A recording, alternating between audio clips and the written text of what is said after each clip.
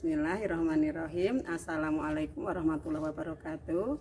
Para siswa sekalian dimanapun saja berada, kita berjumpa kembali dengan pelajaran kimia bersama Bu Ruminten. Pada masa pandemi COVID-19 ini kita tidak bisa bertatap muka di depan kelas karena kita harus melakukan social distancing. Anak-anakku sekalian, kita akan belajar tentang senyawa hidrokarbon.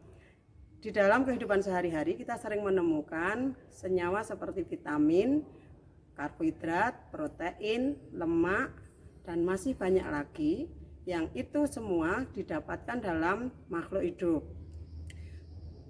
Maka dari itu senyawa-senyawa itu disebut dengan senyawa organik. Tetapi ada juga senyawa seperti karbon dioksida, karbon monoksida, natrium karbonat, magnesium karbonat, dan masih banyak lagi kita temukan dalam mineral. Jadi tidak ditemukan di dalam tubuh makhluk hidup. Senyawa-senyawa itu disebut dengan senyawa anorganik. Nah, senyawa-senyawa organik itu biasanya mengandung atom karbon, hidrogen, dan oksigen. Tentunya kalian tahu apa perbedaan antara senyawa organik dan anorganik. Apabila kalian belum mengetahuinya, maka kalian bisa literasi mau di internet ataupun dari buku referensi. Kemudian kita akan membahas tentang senyawa hidrokarbon. Hidrokarbon berasal dari kata hidrogen dan karbon. Artinya senyawa-senyawa hidrokarbon terdiri dari atom hidrogen dan atom karbon. Nah, mengapa senyawa karbon kok dibahas secara khusus? Tentunya ada yang spesial. Nah, apa sebenarnya kekhasan atom karbon kok bisa kita harus mempelajari secara khusus senyawa-senyawa karbon? Nah, kita masih ingat pelajaran yang lalu bahwa atom karbon di dalam SPU, di dalam SPU atom karbon dia mempunyai nomor atom 6 dan nomor massa 12. Apa artinya? Artinya atom karbon mempunyai jumlah elektron sebanyak 6. Nah, dari 6 elektron yang dimiliki oleh atom karbon, kita dapat membuat konfigurasi elektronnya, ya, yaitu 1s2, 2s2, dan 2p2. Nah, atau kalau kita buat konfigurasi elektron per kulitnya adalah 2,4. Nah, ini berarti bahwa jumlah elektron valensi atau jumlah elektron di kulit terluar dari karbon adalah 4. Ya. Nah, karena karbon mempunyai jumlah elektron valensi 4, maka kalau kita lihat dari Molymouth, ya, maka karbon yang berwarna hitam ini akan bisa mempunyai 4 tangan.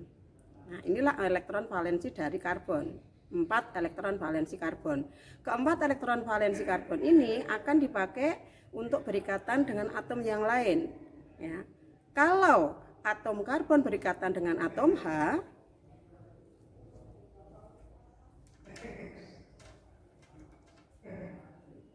maka akan kita dapatkan bentuk seperti ini. Satu atom karbon mengikat 4 atom H, yang mana antara atom karbon dengan atom H itu terjadi ikatan kovalen tunggal. Nah, akan tetapi atom karbon bisa berikatan kovalen rangkap seperti pada senyawa berikut ini. Jika dua atom C, ya, kedua tangannya dipakai untuk berikatan dengan 2 atom H, maka masih ada 2 tangan yang dia pakai untuk berikatan dengan atom C yang lain. Karena ada 2 pasang elektron ikatan yang dipakai untuk berikatan antara kedua atom C ini, maka ikatan kovalen antara kedua atom karbon ini namanya ikatan kovalen rangkap 2. Nah, selain ikatan tunggal dan ikatan rangkap 2, atom karbon juga bisa membentuk ikatan rangkap 3. Contohnya pada senyawa ini, ya, 2 atom karbon, masing-masing karbon mengikat 1 atom H. Nah, 3 tangan atom karbon saling berikatan, ya, sehingga ada 3 buah ikatan. Ya. 1, 2, 3. Nah, karena ada 3 pasangan elektron ikatan yang terjadi antara atau yang digunakan bersama antara kedua atom C ini, maka ikatannya ini dinamakan ikatan kovalen rangkap 3.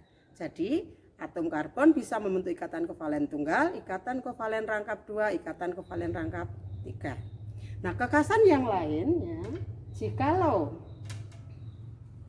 satu atom karbon ini, jikalau satu atom hidrogen ini diganti dengan atom karbon yang lain, akan membentuk seperti ini. Kemudian nanti satu lagi atom hidrogen diganti dengan atom karbon yang lain,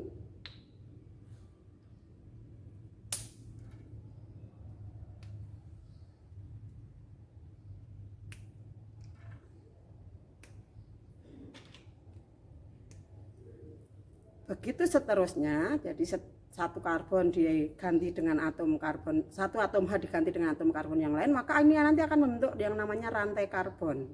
Nah, rantai karbon itu bermacam-macam. Kalau seperti ini disebut rantai karbon lurus. Nah, tetapi kalau satu atom H ini diganti dengan atom C yang lain, menjadi seperti ini, maka ini namanya rantai karbon bercabang. Kalau tadi tidak ada ini, jadi ini kan lurus ya. Tapi kalau di sini ada C lagi, ini namanya rantai karbon bercabang.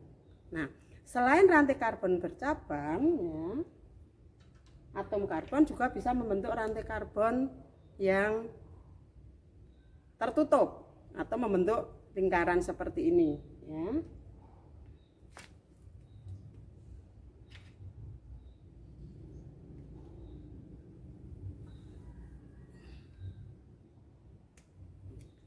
Jadi antara atom C dengan atom C yang lain itu membentuk siklus, membentuk lingkaran terhubung satu sama lain. Nah, atom karbon tertutup ini bisa jumlahnya 3, 4 seperti ini, 5 atau 6 ya. Jadi kalau begitu ada rantai karbon terbuka ya seperti ini tadi.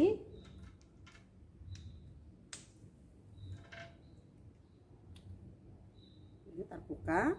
Untuk rantai karbon terbuka ada 2 tadi, rantai karbon lurus dan rantai karbon bercabang, dan yang kedua ada rantai karbon tertutup. Nah, sekarang kita lihat bahwa senyawa karbon atau dalam senyawa hidrogen, posisi atom karbon itu ada beberapa macam.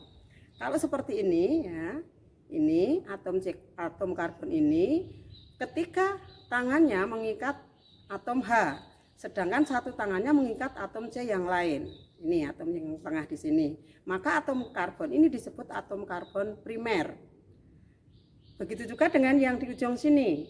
Ketika tangannya mengikat, nah ini mengikat 3 atom H, sedangkan satu tangan yang mengikat satu atom karbon yang di sini, maka ini pun disebut atom karbon primer. Tetapi yang di tengah perhatikan, 2 tangannya mengikat hidrogen, ya, tetapi 2 tangan lagi mengikat atom C yang lain. Maka atom karbon yang di tengah ini disebut atom karbon sekunder. Nah, kalau atom H ini diganti dengan C, nah, seperti ini, maka atom C ini disebut atom C tersier. Mengapa demikian? Karena satu tangannya dipakai untuk mengikat atom H, sedangkan 3 tangan yang lain mengikat atom karbon yang lain. Nah, yang terakhir, jika yang putih atau hidrogen ini diganti dengan atom karbon yang lain,